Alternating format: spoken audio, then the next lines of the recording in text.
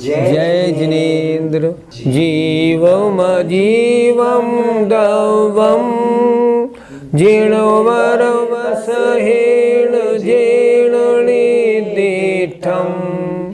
देविन्दविन्दवन्दं वन्दे तं सर्वदा शिरसा। पंच परमेष्टि भगवान की जय। पिछली पाठशाला में आश्रव की चर्चा हो रही थी। आश्रव के दो भेद, भावाश्रव और द्रव्याश्रव। भावाश्रव के बारे में पिछली गाथा में बता दिया। अब आज द्रव्याश्रव की चर्चा होगी। राणावरणादीणम्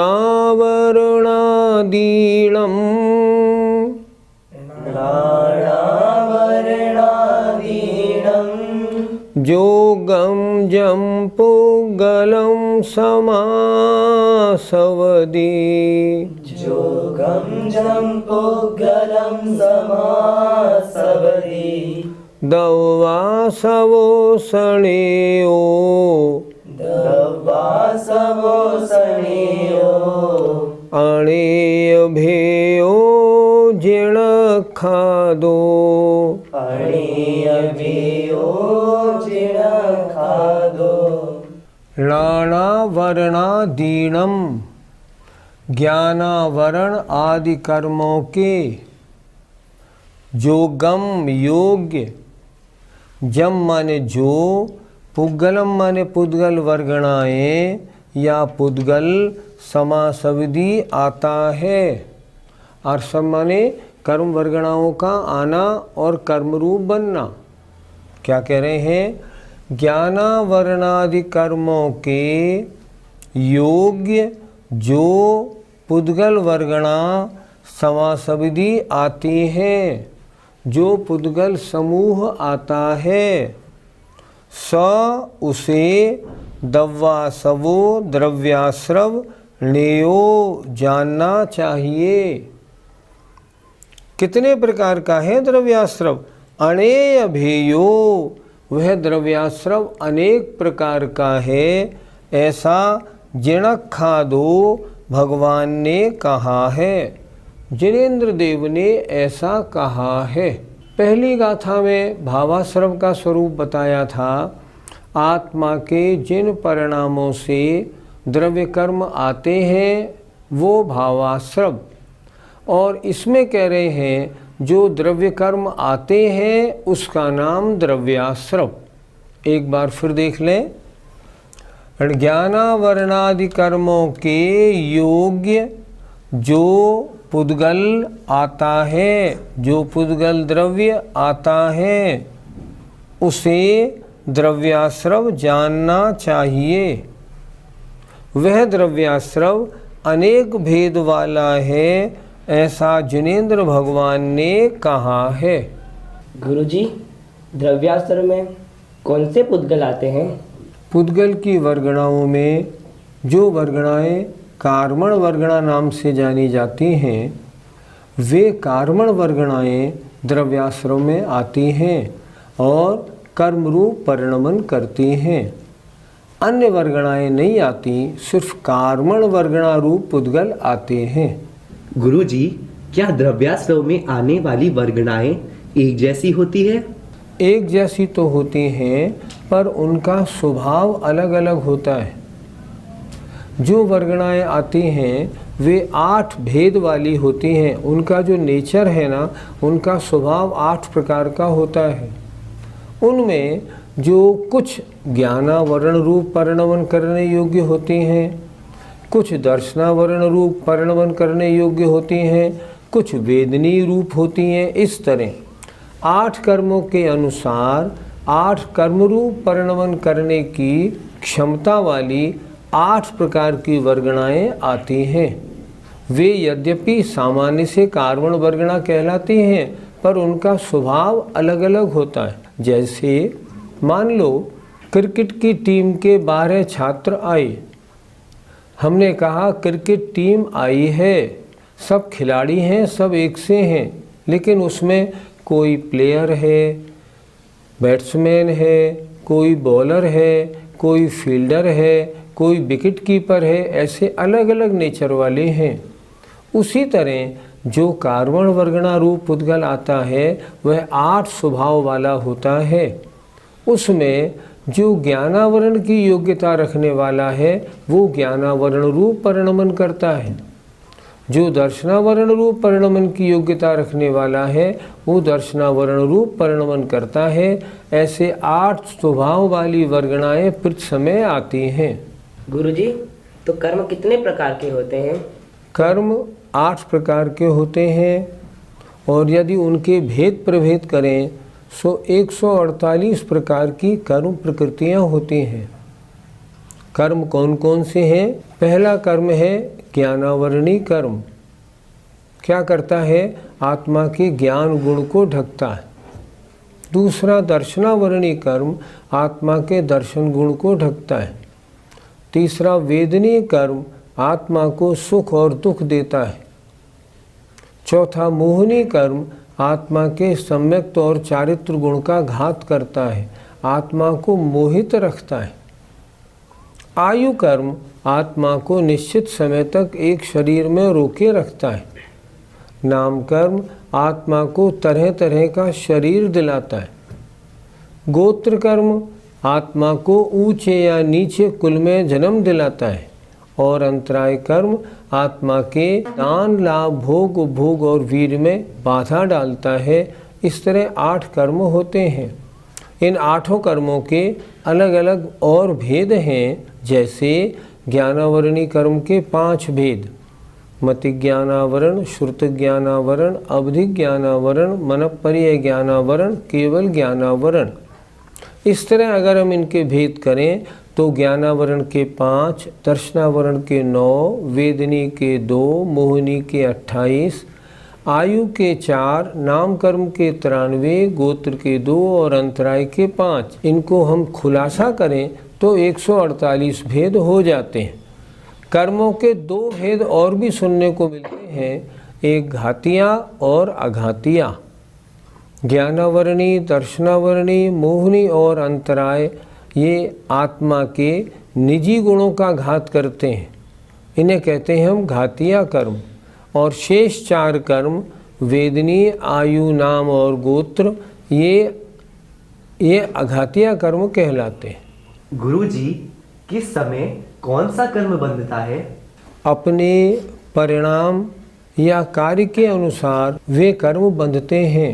जैसे मान लो हम किसी अन्य की बुराई कर रहे हैं तो नीच गोत्र कर्म बंधता है।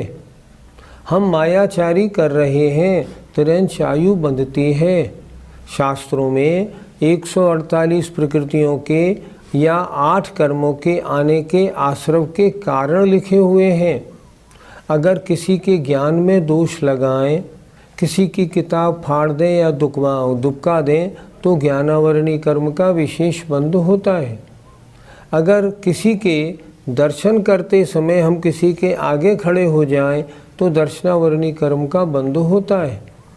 हम किसी को दुख दें तो असाता वेदनी का बंध होता है। इस तरह जो कार्य हम करते हैं उस समय उस कर्म का विशेष रूप से बंध होता है। एक कार्मण वर्गणा में कितने परमाणु होते हैं? एक कार्बन वर्गणा में अनंत परमाणु होते हैं, अर्थात अनंत परमाणु मिलके एक कार्बन वर्गणा बनती है।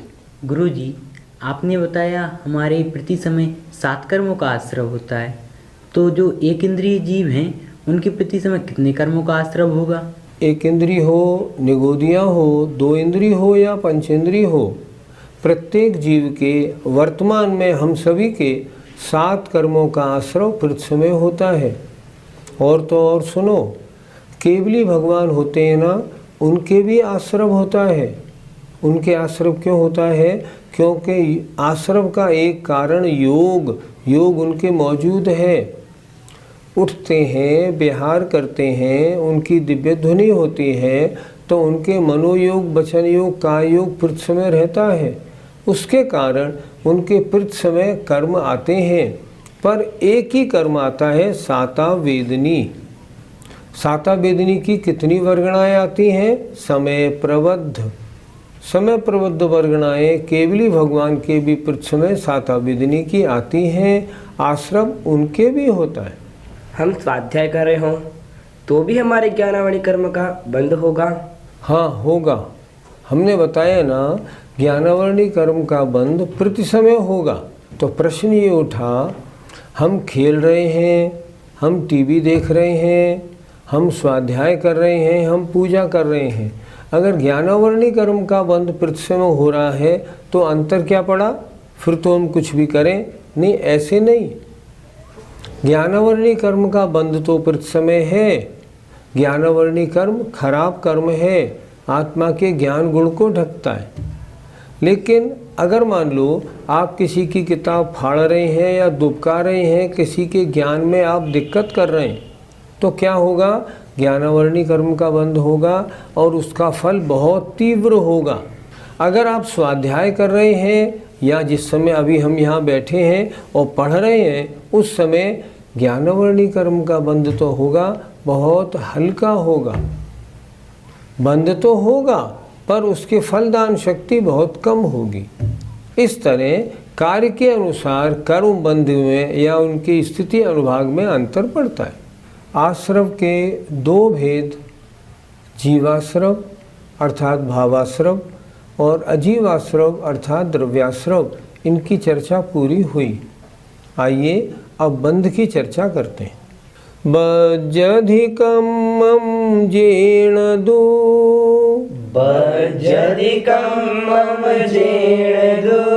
चेदन भावेण भाव बंधो सो, चेदन भावेण भाव बंधो सो, कम्माद पदेशाणम, कम्माद पदेशाणम, अल्लोल पवेशणम इदरो, अल्लोल पवेशणम इदरो। बज्झदी बंधता है, कम्मम कर्म, जेणदु जिस, चेदन भावेन चैतन्य आत्मा के भाव से, वह भाव भावबंध है। क्या कह रहे हैं? भावबंध, आत्मा के जिन परिणामों से कर्म बंधते हैं वे परिणाम भावबंध, और कर्म और आत्मा का एक में खो जाना, इसका नाम द्रव्यबंध। भावबंध माने जीवबंध, द्रव्यबंध माने अजीव बंध। और द्रव्यबंध कम आद पदेशाणम, संधि विच्छेद, एक एक शब्द देखना है। कम आद पदेशाणम, कर्म प्रदेशों का और आत्म प्रदेशों का। आद माने आत्मा, कर्म और आत्मा के प्रदेशों का अन्योन्य पवेशनम, एक दूसरे में प्रवेश हो जाना, ये इधरो दूसरा बंध है, अर्थात द्रव्य बंध है। द्रव्य बंध का मतलब आत्मा और कर्म प्रदेशों का एक में खो जाना। भाव बंध का मतलब आत्मा के वे परिणाम जिनके कारण ये बंध हुआ। फिर एक बार देखें जरा ध्यान से। जेण चेदन भावेण, जिन चैतन्य माने आत्मा के भाव से कम्बम बज्झदी कर्म बंधता है, सो वह आत्मा का परिणाम भाव बंध है। भाव बंधो, और कर्म और आत्मा के प्रदेशों का कम आद पदेशाणम, कर्म और आत्मा के प्रदेशों का अनोर्ण पवेशणम, एक दूसरे में प्रवेश हो जाना। इधरो दूसरा, दूसरा माने नेक्स्ट, नेक्स्ट माने द्रव्य बंध है। इस तरह बंध की दो परिभाषाएं हो गई। आत्मा के जिन परिणामों से बंध होता है वे परिणाम जीव बंध या भाव बंध, और कर्म प्रदेशों का आत्म प्रदेशों का एक मेक हो जाना, इसका नाम है द्रव्य बंध या अजीव बंध। आत्मा के किन परिणामों से कर्म बंधते हैं? पहले जब हमने भावाश्रव बताया था तब हमने बताया था आत्मा के किन परिणामों से कर्म आते हैं। मिथ्यात्व, अविरति, प्रमाद, कषाय और योग से आते हैं। तो ये आत्मा के किन परिणामों से बंध होता है, उन्हीं परिणामों से आश्रव भी होता है और बंध भी होता है। आत्मा के वो परिणाम मिथ्यात्व, अविरति, प्रमाद, कषाय और योग रूप जो परिणाम हैं वे आश्रव और बंध दोनों में कारण होते हैं। उन्हीं परिणामों से आश्रव भी होता है और बंध भी होता है। ये बंध किनके मिलने से हुआ? आत्मा का उपयोग ज्ञान और दर्शन रूप, उस उपयोग में राग द्वेष और जुड़ गए। उपयोग के ज्ञान दर्शन के साथ राग द्वेष के मिल जाने से, जुड़ जाने से ये बंध होता है। अगर आत्मा ज्ञान दर्शन ज्ञाता दृष्टा रूप बना रहे और राग द्वेष आदि का प्रवेश ना हो तो बंध नहीं होता। इसलिए किनके मिलने से बंध हुआ? ज्ञान दर्शन रूप आत्मा के उपयोग में राग द्वेष के प्रवेश करने से बंध हुआ है। आश्रव और बंध में क्या अंतर है? आपने कमरे में प्रवेश किया और कुर्सी पर आकर बैठ गए, उसी तरह आश्रम माने कर्मों का आना, बंध माने आत्मा के साथ एकमेक हो जाना। दोनों अलग अलग क्रिया हैं। आपने प्रवेश किया अलग, आकर बैठ गए अलग। उसी तरह कर्मों का आना और आत्मा के साथ जुड़ जाना, ये दोनों अलग अलग हैं। आश्रव अलग है, बंध अलग है। आश्रव के बाद बंद होने में कितना समय लगता है? एक समय में आश्रव भी होता है और बंध भी होता है। डिफरेंस नहीं होता कि पहले समय में बंध हो, पहले समय में आश्रव हो, बाद वाले समय में बंध हो, ऐसा नहीं होता। जिस समय में आश्रव होता है उसी समय बंध हो जाता है एक साथ, अर्थात कर्म का आना और आत्मा के साथ बंधना एक समय का कार्य है। क्या जैसे गाय के गले में रस्सी बांधी, क्या उसी प्रकार कर्म आत्मा से बनते हैं? जैसे गाय के गले में रस्सी बांधी, गाय अलग रस्सी अलग, ऐसे बंध नहीं होता। जैसे मान लो एक गिलास पानी में आपने नींबू डाल दिया, नींबू निचोड़ा, क्या हुआ? नींबू का रस पूरे पानी में प्रवेश कर गया। ऐसे आत्मा का कर्मों का बंध होता है। अगर गाय के गले में रस्सी बांधी है तो रस्सी अलग है, आत्मा अलग है, एक दूसरे में प्रवेश नहीं हुआ। ऐसे नहीं होता आत्मा और कर्मों का बंध। आत्मा और कर्मों का बंध जैसे दूध में शक्कर घुल जाती है, एकमेक हो जाती है, ऐसे होता है। वे कर्म आत्मा में एक दूसरे में प्रवेश कर जाते हैं, ऐसे होता है। आत्मा अमूर्तिक है, कर्म मूर्तिक है, फिर इन दोनों का बंध कैसे हो गया? आपका प्रश्न बहुत ठीक है, लेकिन आपने ध्यान नहीं दिया। हमने जो पहली गाथा पढ़ाई थी 8 नंबर की, उसमें हमने ये पढ़ाया था कि ये आत्मा में रूप रस गंध स्पर्श तो नहीं होते, लेकिन हमने ये भी बताया था कि जो संसारी आत्मा है वह मूर्तिक होती है। संसारी आत्मा क्यों मूर्तिक होती है? उसके साथ मूर्तिक कर्मों का बंध हो गया। अब वो आत्मा भी मूर्तिक हो गई। तो अब मूर्तिक आत्मा के साथ मूर्तिक कर्मों का बंध होने में क्या दिक्कत? सिद्ध भगवान की आत्मा अमूर्तिक है, लेकिन उनके साथ किसी कर्म का बंध नहीं हो सकता, क्योंकि अमूर्तिक के साथ मूर्तिक का बंध नहीं होता। बंध हमेशा मूर्तिक का मूर्तिक के साथ होता है। तो संसारी आत्मा क्योंकि मूर्तिक है, इसलिए उसके साथ मूर्तिक कर्मों का बंध हो जाता है। भावाश्रव और भावबंध में क्या अंतर है? आत्मा के जो परिणाम आश्रम में कारण हैं वे भावाश्रव हैं, और जो बंध में कारण हैं वे भावबंध हैं। इस अपेक्षा अंतर है, पर वास्तव में देखा जाए तो मिथ्यात्व, वृत्ति, प्रमाद, कषाय, योग रूप जो आत्मा के परिणाम हैं वे तो दोनों में एक ही हैं।